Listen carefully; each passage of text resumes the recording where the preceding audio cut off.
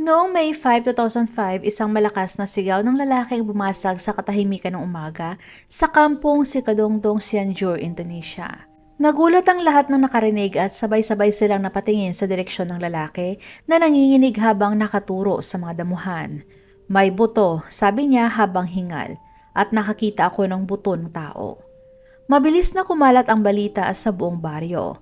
Nagsipagtakbuhan ang mga tao papunta doon. Ang mga ina ay tinatakpan ng mga mata ng kanilang mga anak at kahit natatakot hindi nila magawang umiwas na tumingin. Pero hindi ito tulad ng malinis na puting buto. Ang mga ito ay itim at marurumi at parang nabubulok na laman na nakakapit pa at dahang-dahang naaagnas sa hangin. Ang masangsang na amoy ay umaalingasaw, pinamumugaran ng mga langaw at insekto, kaya halos hindi makahinga ang mga tao sa paligid. May isang tao na agad kumuha ng cellphone, nag-record ng video ng nakakatakot ng tagpo at ipinadala ito sa mga pulis. Sa parehong araw muling umalingaw-ngaw ang isa pang sigaw sa baryo. Sa pagkakataong ito, galing naman ito sa isang lalaking nagtatapon ng basura sa ilog. Habang nakatingin siya sa mga palutang-lutang na plastik, napansin niya ang isang itim na tubo na may nakadikit na buto. Dahil narinig na niya ang tungkol sa unang pagkakatuklas ng mga buto, agad din siyang tumawag sa mga pulis. Pagdating ng mga pulis sa magkahiwalay na lugar, nabigla at nasuka sila sa nakita. Mga parte ng katawan ng tao na nagkalat sa iba't ibang bahagi. May bungo, panga, mga binti at mga kamay, lahat ay itim at sunog. Nagtipon ng mga taga-baryo at pinagsama-sama ang mga piraso. Sinusubukan na intindihin ang nakakatakot na tagpo. Agad na nagsagawa ng investigasyon ng mga pulis. At nang malaman nila ang resulta, lalo silang nabahala. Ang mga buto ay pag-aari ng hindi bababa sa isang tao na patay na ng ilang araw bago pa man ito natagpuan. Ngunit walang sino man ang nakakita kung sino ang nagtapon ng mga labi. Dahil walang malinaw na lead, nagtanong ang mga investigador ng isang mahalagang tanong. Sino ang nawawala nitong mga nakaraang araw? Nagkatinginan ang mga taga-baryo at halatang naguguluhan. Walang naiulat na nawawalang tao. Wala silang alam na biglang nawala hanggang sa isang babae ang dahan-dahang nagtaas ng kamay. Ayon sa kanya, may isa kami hindi na nakikita nito mga linggo, si Lily.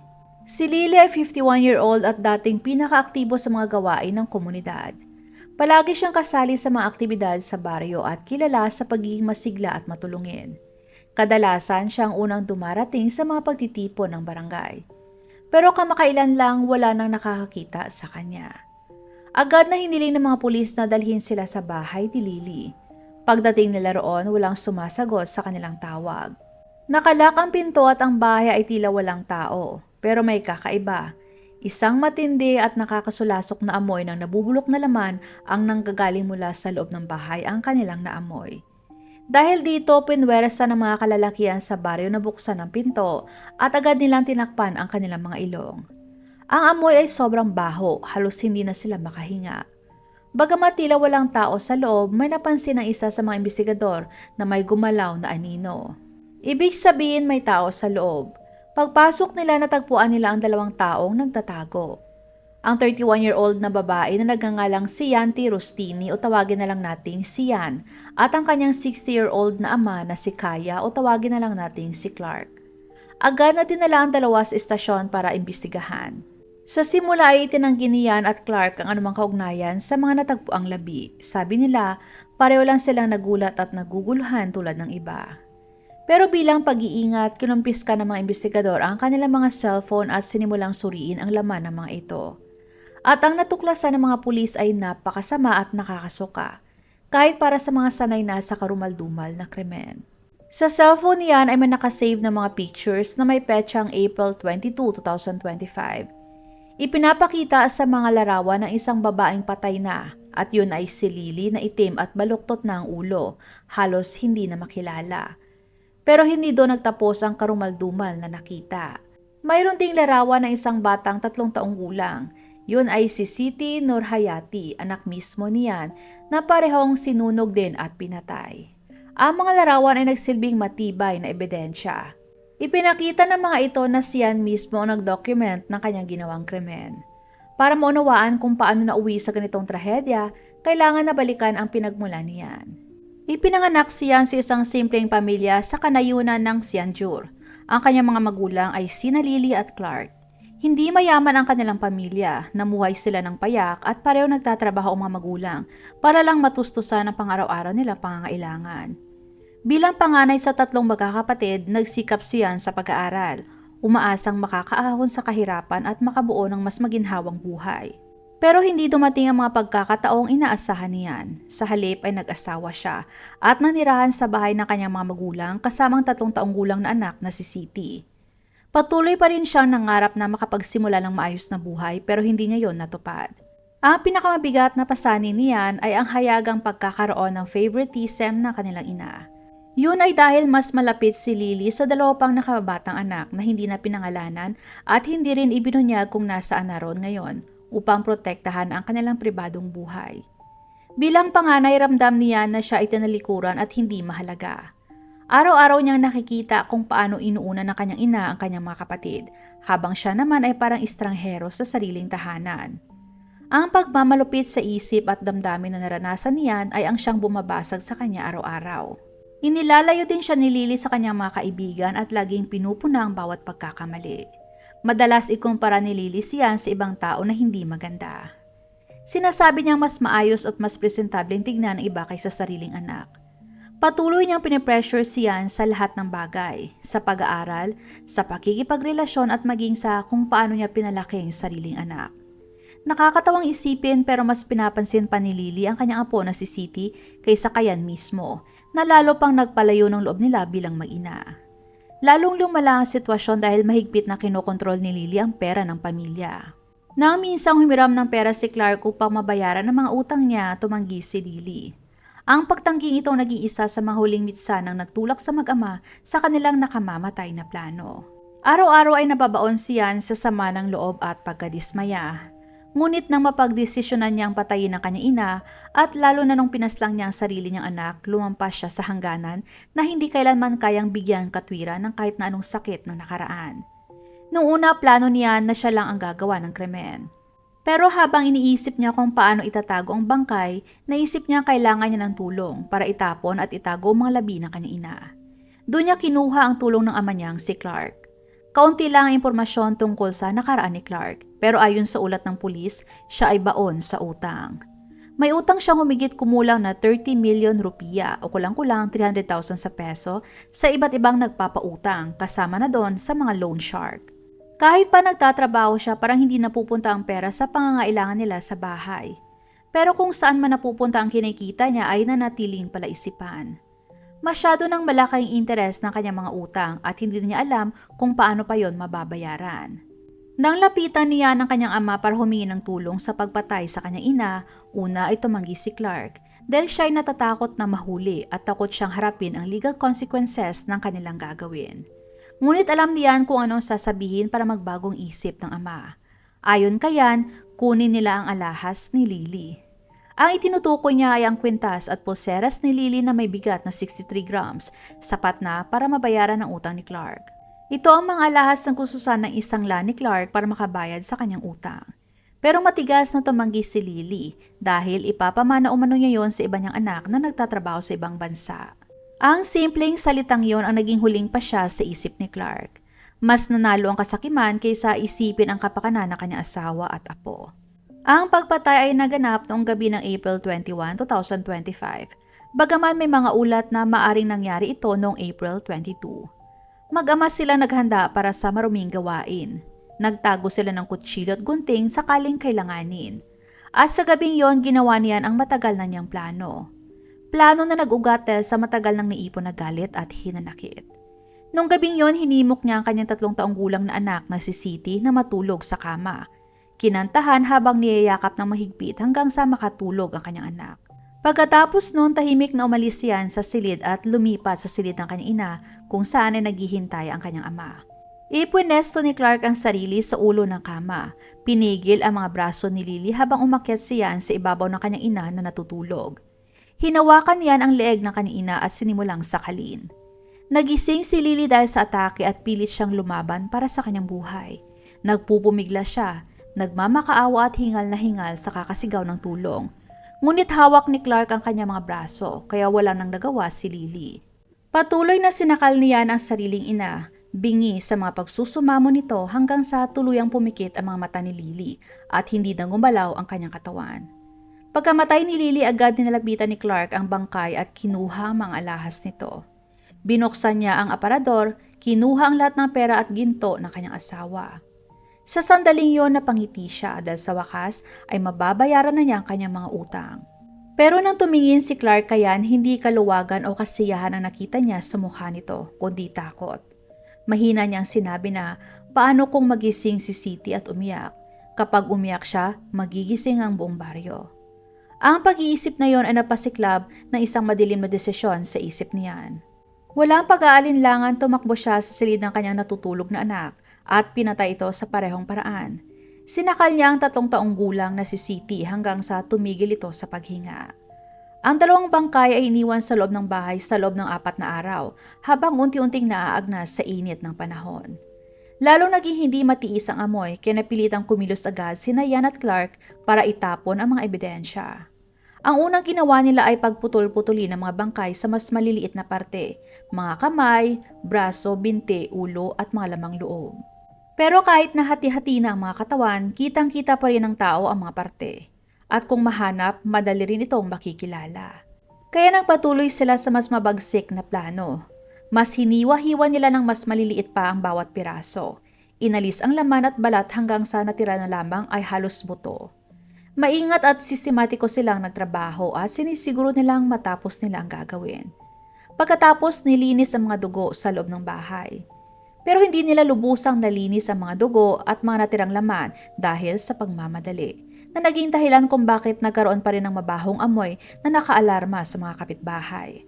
Kaya't napagtanto nila na mas magkakaproblema sila kung hindi nila gagawa ng paraan ang mga laman at buto na nabubulok sa loob ng kanilang bahay. Doon na sila nagdesisyon na sunugin ang mga laman at buto.